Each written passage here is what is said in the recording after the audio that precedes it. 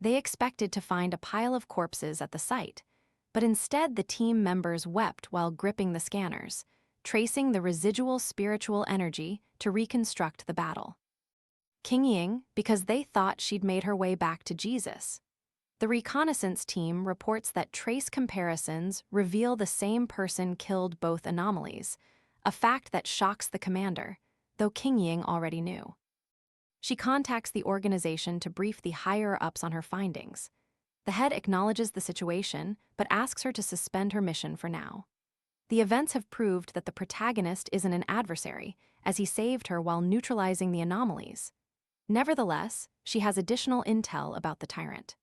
Curious, the head listens as she describes sensing a powerful aura in his vicinity, suggesting he might wield a spiritual weapon. She believes he sought external aid to obtain it. King Ying adds that she detected a yang attribute emanating from the weapon. The head senses that the protagonist might be a spirit creation realm cultivator, a revelation that shocks King Ying because such cultivators are exceedingly rare. If one person truly wields all three attributes at once, it would shake the entire pioneer community. Studies show it is almost impossible for a human to possess all three simultaneously, as they cannot coexist. No pioneer has yet been confirmed to hold them all. Their only hope is that he will not become humanity's enemy. Back to our boy, who is taking a shower while pondering how anomalies and catastrophes lurk everywhere, even though the spiritual energy revival year has not yet begun.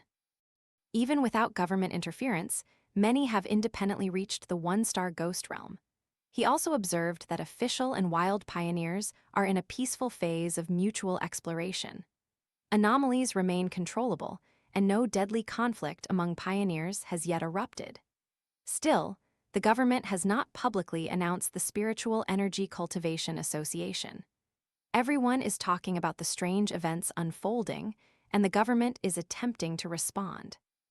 The most prudent move is to shield humanity while early warnings unfold, yet the government still feels uncertain. Launching a full-scale cultivation era, because chaos is about to erupt. And order will unravel, while internal and external threats will hasten its collapse. He believes the government is doing a good job, because human hearts are more corrupt than ghosts and beasts. The only thing that worries him is how quickly anomalies develop, just like what he encountered before.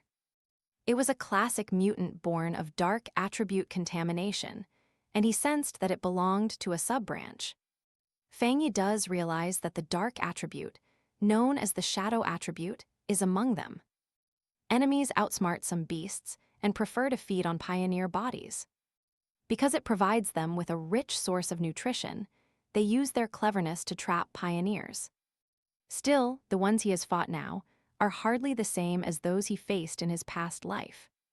The earlier ones were so powerful, they could even wipe out an entire continent.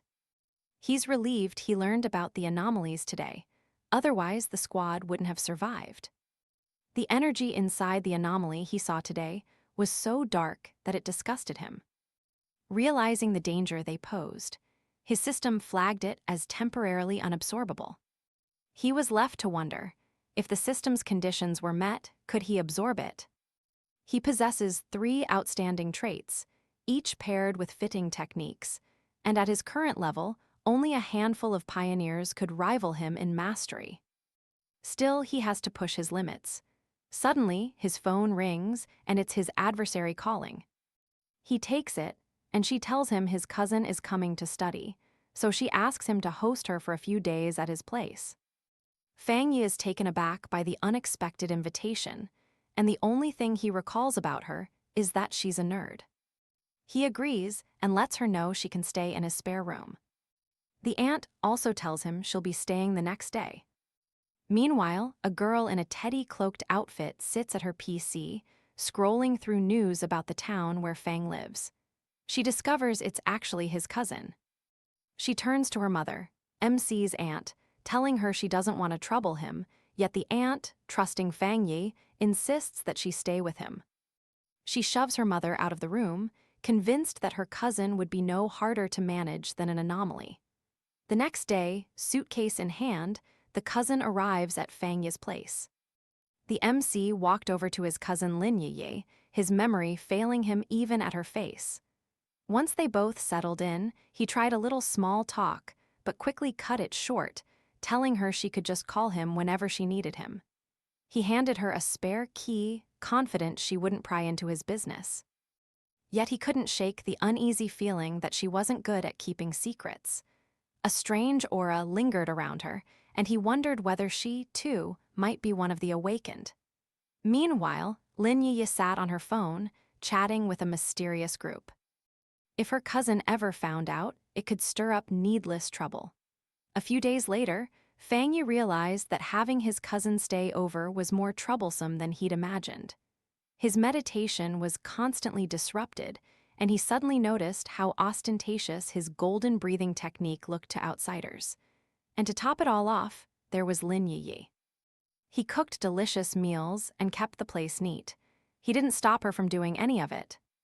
That was the point. He wanted her to feel at ease around him, of course. But more importantly, he wanted to see. Her real personality came to the surface. One evening, while they were dining together, Lin Yi's phone. The phone rang, and Fang Yi politely stepped aside so she could answer. On the other end, someone informed her that the great change of earth and sky would happen the very next day, right at Yang's entrance. Hu Town. From the window, Fang Yi watched her in secret, his shock dawning as he realized his cousin was. Indeed, she was an awakened being. At her current level, she couldn't possibly sense his presence. He was. She was shocked to learn that, even while still in high school, she had already reached the 2-star level. Gui Fu was on the brink of a 3-star breakthrough, yet the summer camp excuse she offered was nothing but a lie. But it didn't bother Fang Yi too much, because it was also a chance for him to raise his own energy. He couldn't help but wonder what qualities this mysterious event, in Yang, who would ultimately possess. Yet Lin Yi couldn't shake the uneasy feeling that someone was watching her from the shadows. The next day in Yanghu Town, she rejoined her friends. One of them, teasing, asked whether her cousin was a smash or a pass. Yi laughed it off, saying he was just a good person, though nothing special in appearance. The other friend, a striking 81-year-old widow who, even in her age, looked stunning, said that Yi had always viewed herself as ordinary. When the group assembled, a boy on a bench urged them onward. Yi noticed that one woman from their circle had not arrived yet, but the rest kept moving without her. While Fang Yi watched, he saw Yi's team purposefully staying in the shadows. Even the weakest was a 2-star Gifu, and the strongest member frequently slipped away from the group, as if by magic. While their strongest member often seemed to vanish mysteriously from the group, a colossal vine suddenly sprouted in the heart of the tourist town. Fang Yi had seen similar strange beanstalks erupt randomly around Yanghu before, never understanding why. Just as quickly as it appeared, it vanished, causing no real commotion. When the team finally reached the spot, everyone was visibly shaken by the sight before them. The girl in a cap immediately warned the others to stay away from the strange vine, saying she could feel something was seriously wrong with it. She said a friend of hers, whose awakened energy was far stronger than hers, had once touched a similar vine and vanished from the earth completely. She didn't want to risk a death so pointless that she wouldn't even get a proper burial. In trembling terror, she said that the moment she saw the beanstalk, a shiver ran through her bones, and her intuition warned her that the transformation would happen soon. At a very high level, she pulled out of the plan at the last moment, the widow and Yi reassured. She realized everyone felt the same, because the wooden attribute evokes a sense of ruins. It feels as if every life has vanished when you look at it. This is why they. Anxiety, as though it wants to swallow their vitality. Yet Yi lifts her spirits by reminding her that this is the path forged by martial arts pioneers. From afar, our protagonist stands, gazing at the. He senses the beanstalk's familiar glow, feeling its same aura, though he has seen countless events. These vines give him the eeriest feeling, just behind darkness. He acknowledges it. The courage needed to train here. Looking inward, he notices that these plants exude a sense of stillness hangs over, even though plants are meant to pulse with life. Yi stands. On a huge stone, they proclaim danger ahead. Thus, they stayed there and she senses the energy. She tells them to stay within sight and not drift too far so they can look out for one another. With that in mind, she wraps herself in an aura and begins to sense. Meanwhile, Fangyu watches from a safe distance, noting how alert they stay during training. He's impressed by his cousin, a self-proclaimed nerd, who's pinpointed the most optimal spot. He wonders if she will reach the start line now that she's already hit the 3rd star threshold. Everyone, including our boy, is amazed by Yi's talent. Suddenly, one of the teammates sees vines moving toward them, and they all sprint for their lives. Yet from a distance, the vines can still snatch the teammates. The cousins' breakthrough had created a great clamor, and they constantly remind each other not to let the vines coil around them, for if they do, their aura will be ruined instantly. The widow refuses to abandon Yi in danger, but the girl with the cap says nothing can be done, since Yi herself was reckless. Another man tells the widow that if they stay, they will all be buried along with Yi. Hearing this, the widow slaps the man and shouts she will not forsake her companion. Fangyu thinks Yi is still unaware of the real danger she faces. As a young girl, the power of these vines would be terrifying for her. Though he is unsure whether his strength will be enough to save her, he decides to act because he promised his aunt that he would protect her daughter. Even as the widow is wrapped in the coils, the boy finally arrives to rescue his cousin, and with his incredible power, the vines retreat immediately.